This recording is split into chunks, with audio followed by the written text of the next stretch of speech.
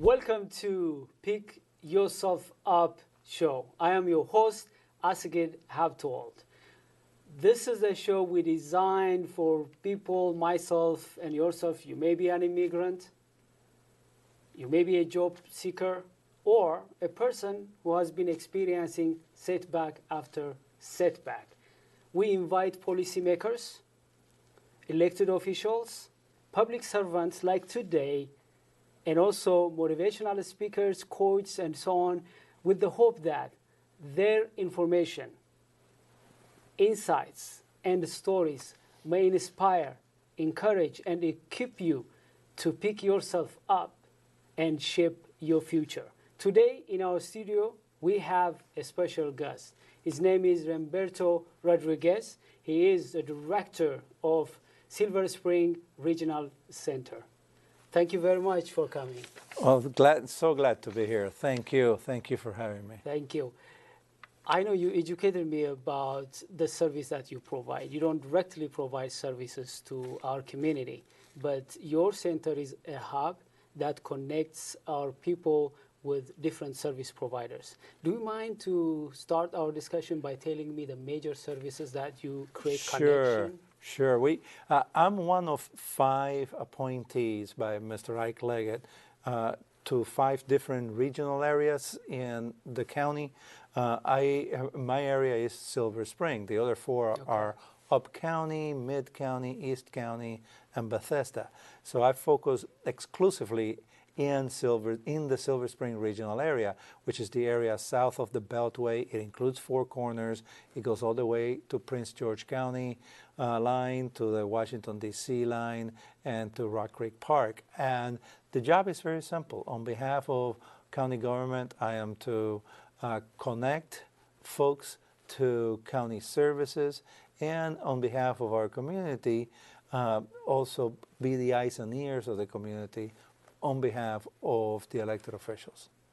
So these are the services that you connect with other service providers. We don't directly deliver services. More so, what we do is we actually connect, refer, and bring people together through a series of advisory systems to discuss, dialogue about major policy issues.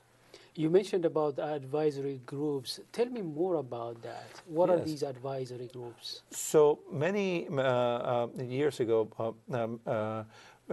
this county saw that the elected officials and the county departments needed the folks on the ground, the folks that live here, the businesses that are here, to provide advice into the work of county government and to the operational work. So many of these board committees and commissions were set up, and these range from operational matters like the Department of Permitting Services or the Department of Liquor Control or Recreation, to some which are geographical, like the regional areas. Each regional area has a citizens advisory board. The name is misleading. You don't have to be a citizen to be on the board, which is intended to provide advice to the policymakers, to the elected officials, to the department heads, so they can they can provide services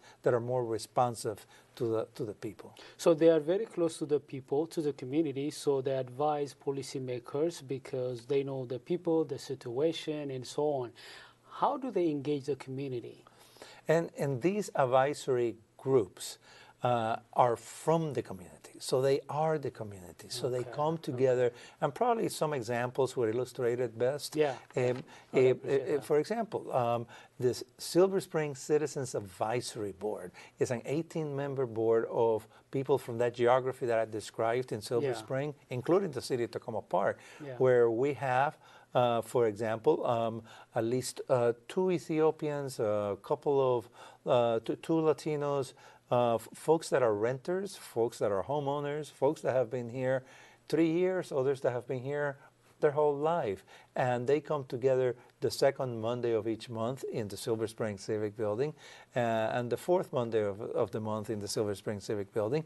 And they deal with matters such as everything from affordable housing to transportation issues. In Silver Spring, we're living under construction at the moment. So how does Pepco do their work without disrupting the community? How do we make sure that the Purple Line is built in collaboration with it's a state project with the state, and that the community knows what's going on, and how can residents that are impacted by all of this, and businesses and developers, how can they have a meaningful voice in the process? So we arranged this show to help immigrants, myself and many other immigrants, and also people who are looking for jobs, and also people who may have been, experiencing some setbacks and so on and so forth, for them to be equipped to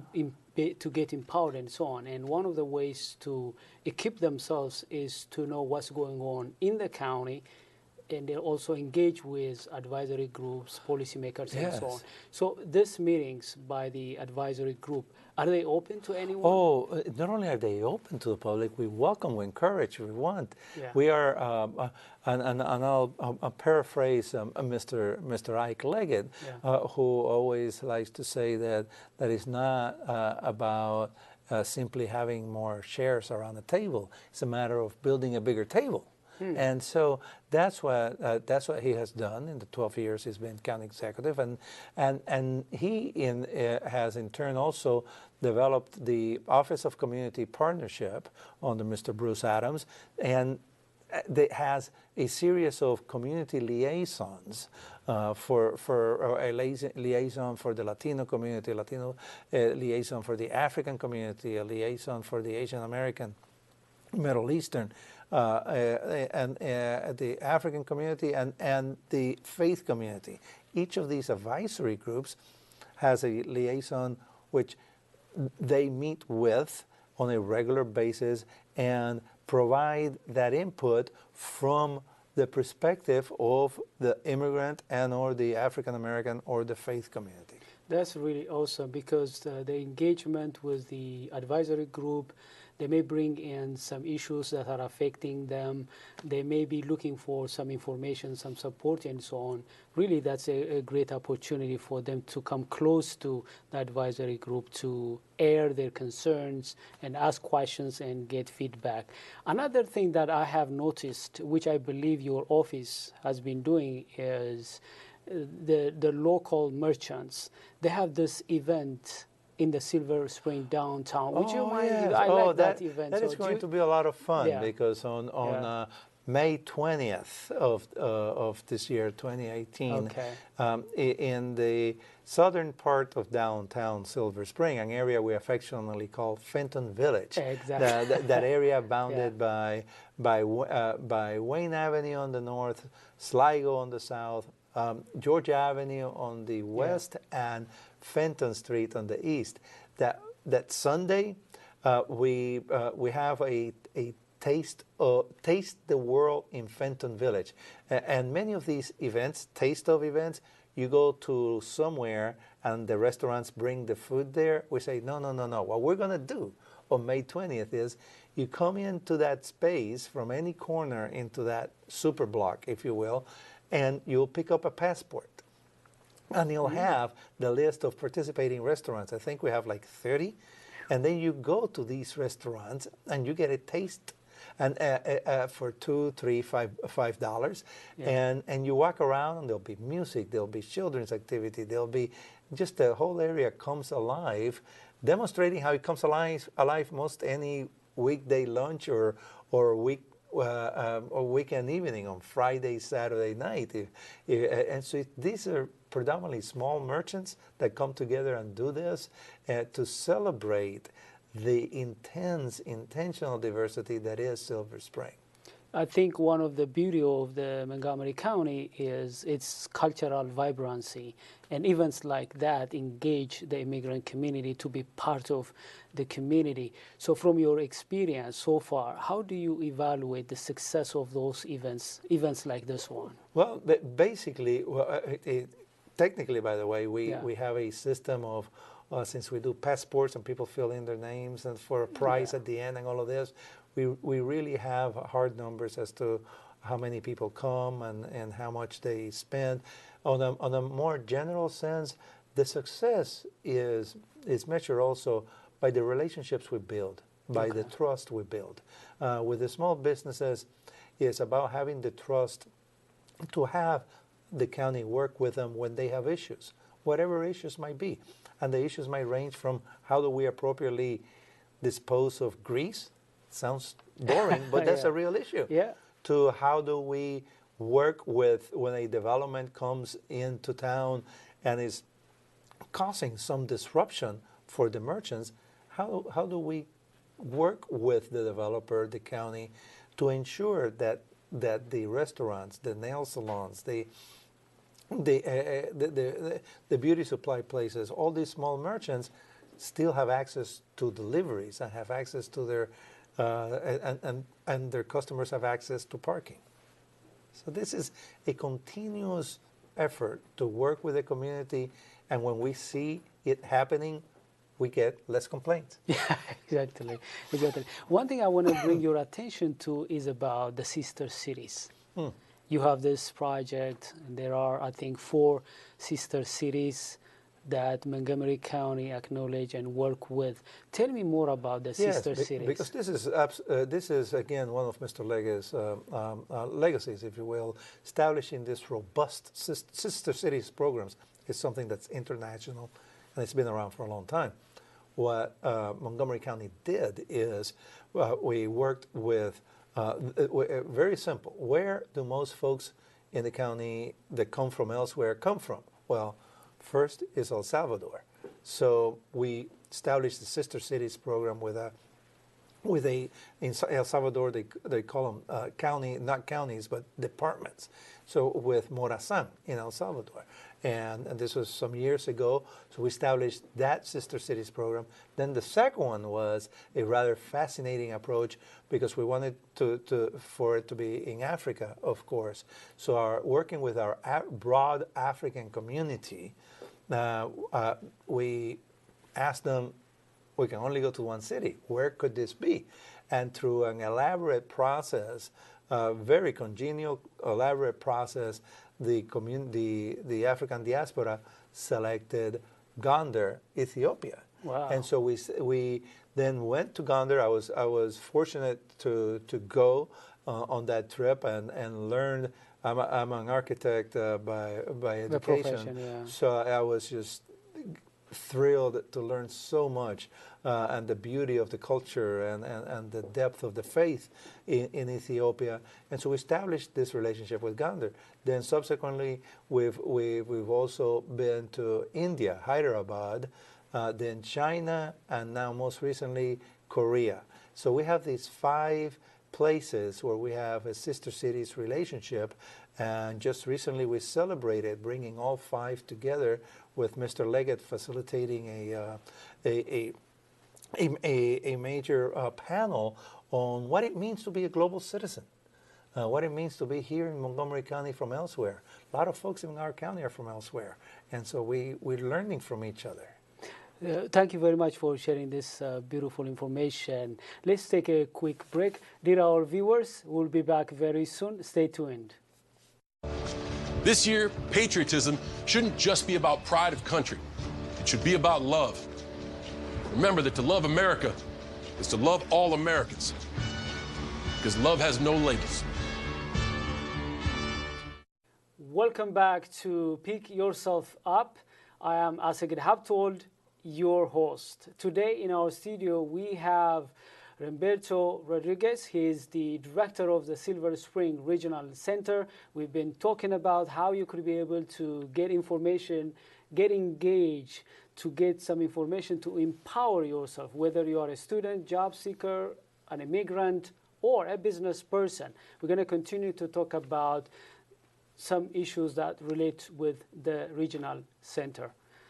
Thank you very much again for coming. Let's talk about the sister cities a little bit. And you talked about the 4 sister cities that Montgomery County acknowledged and working with. What are the benefits of having sister cities, and how can people engage with the process of the sister cities and Montgomery partnership? Sure, and actually it's 5 recently, because 5. we added Wow. we added a city in Korea. Oh, okay. Just a couple of examples that will show the value of sister cities. With El Salvador, many of the Salvadorian business people here in the county have already established a sharing relationship where they actually send directly to El Salvador not only traditional items of aid, but also in the last trip we took, we were able to raise money to take money to, directly to a hospital and help pay for a natal unit. And so with Gondar in Ethiopia, Gondar, Ethiopia has the university there has a very strong relationship with Montgomery College, and so Montgomery College and Gondar University have a relationship where they exchange knowledge. They talk often via Skype and all this high technology way. And so also it just happens that at Montgomery College in Silver Spring, the Tacoma Park campus, is the largest student union is the Ethiopian Student Union.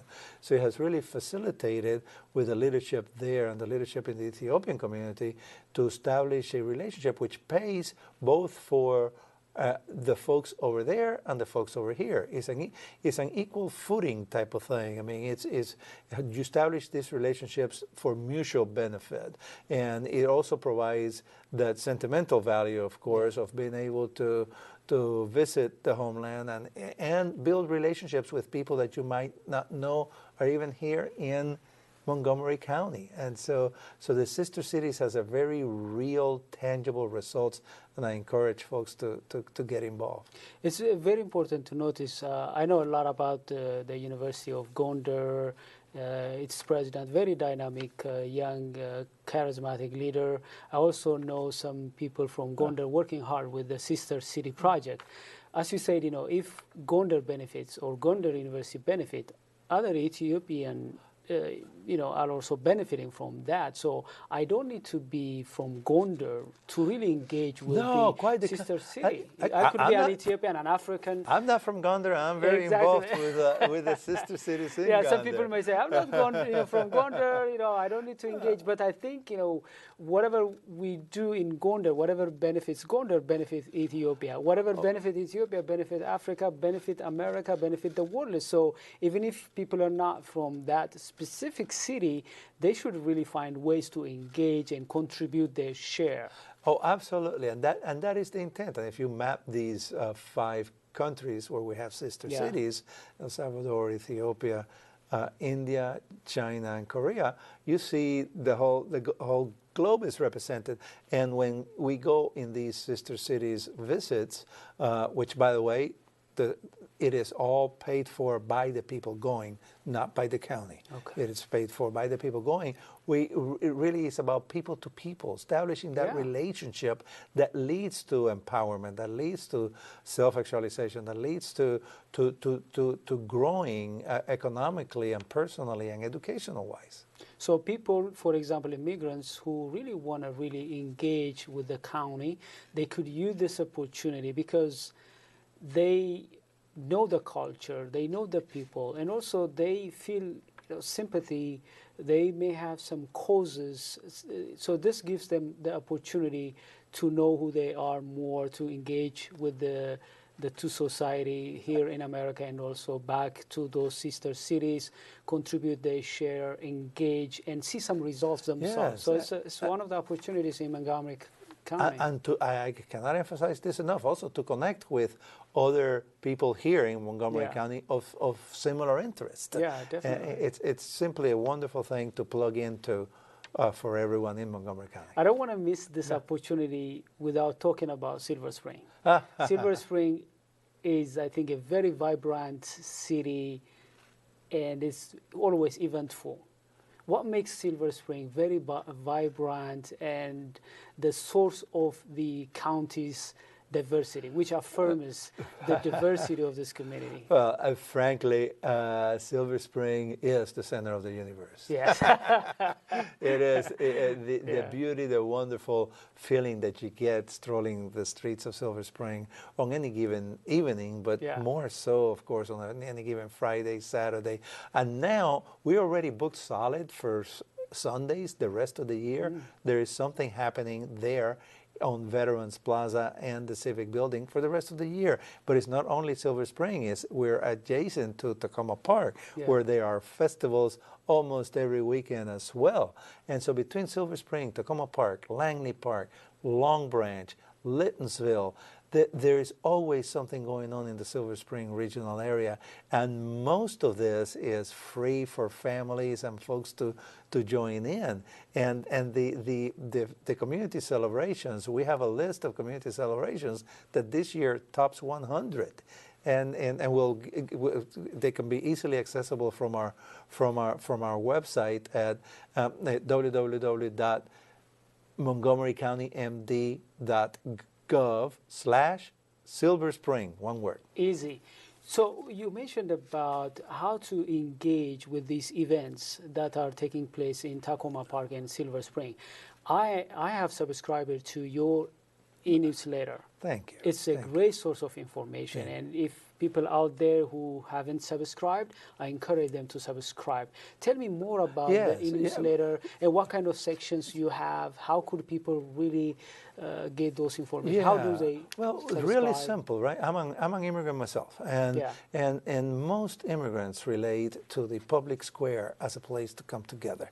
And we have that in some sense in Veterans Plaza, where we come together. But virtually, how do people learn and know what's going on? So a few years ago, we started on this path to get the word out. Now we've grown our electronic newsletter, which can be accessed from the same website, and you can see the previous one and subscribe. And so we list all the festivals and community celebrations, as we call them, all the fun stuff. The American Film Institute just finished its African film festival recently. A theater, a community theater in Silver Spring just had a comedy night. And so all of this stuff going on, how do you know? And so we really highlight those, as well as links to our wonderful library in Silver Spring, the largest library books for Amharic and Amharic storytelling on Saturday morning. How do you know? So in our newsletter, we try to communicate that. Then we also say, look, come join us in the civic activities. There are meetings all the time where people can plug in, from advisory groups to all that we were speaking about earlier, that you can just come participate first as a participant, and who knows, then maybe join one of the advisory groups, join one of the projects or initiatives. By the way, it's very easy. Once I gave my email, I get like a lot of important information, because information is power. Information is power. You can empower yourself by being informed, and that's the easiest way to get informed. And I encourage people to find ways to give their email, subscribe to that newsletter. We're talking about information as power. Absolutely. Education is also power. So let's talk about the education system. I know one of the resources that you connect our community is about the school system, because people, if they want to empower themselves, they need to educate themselves. So let's talk about our high schools, elementary schools, college, and so on. So tell me a little bit about the importance of school, the importance of education to empower our community. Education is a great equalizer. A great equalizer. I can testify to that. I came to the United States myself as a young person, 9.5 years old, without my parents, and it was basically through the commitment to education that I survived and then and thrived. And in Montgomery County, we're blessed to have a tremendous educational system, not only through primary and high school, but also with Montgomery College. I really encourage everybody listening to, the children, to study hard. The parents, to be there with their kids, and nothing replaces education. And we also we try to do through the community system a way that people feel better about their school. Their schools have wonderful opportunities to connect with community, and we encourage that and we work with that.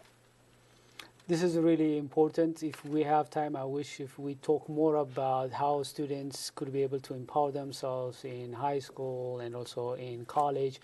But it is key. I came for education. It empowered me to pursue my passion. So yes, education is key for our community to empower them to pick themselves up. Exactly. And pursue their dream, turn their dreams into reality. So education is key. They could be able to get more information by subscribing to your email list to know what's going on in our school system. Before we finish, we have like 3 minutes. So I want to ask you a couple of questions. One, what are some of the encouraging words that you have to other immigrants? You are an immigrant. You succeeded in the United States serving others. So what encouraging words do you have? And also, how could people really get in touch with you in what you do, to know what you're doing? Well, first of all, thank you for giving me the opportunity, because I'm learning here quite a lot. I've learned quite a lot from you, and I would say, encouraging words. Frankly, look in the eyes of the other immigrants you know, and learn from them. I think we as immigrants have this natural God-given gift of really learning from each other, and we have so many wonderful examples of people from throughout the world in Montgomery County that have come and through education and hard work and, did I say education? And education really demonstrated that it is possible to become a business person, to become an educator, to become a restaurateur. And so I would say the encouraging word that I say is build the relationships with other immigrants, and frankly, build the relationships with people that have been here a long time. I've had mentors that have been here all their life and have taken the time and care, because in Montgomery County we have a lot of good people that have been here a long time, and to reach out and share those stories, because relationships are built on shared stories and shared experiences. So just be there with the people that came yesterday and the people whose family have been here for 300 years. How can people reach out to you and get information if they have any questions? Frankly, email is always the easiest in my electronic newsletters. As you sign up for them, you'll get it. But I have the longest name in Montgomery County, so I'll have to be real brief. It's Reemberto.Rodriguez@montgomerycountymd.gov. On behalf of our viewers, thank you very much for coming here. Our viewers, this is my hope that you enjoyed our conversation. Until I see you with another program, have a wonderful time. Thanks for watching.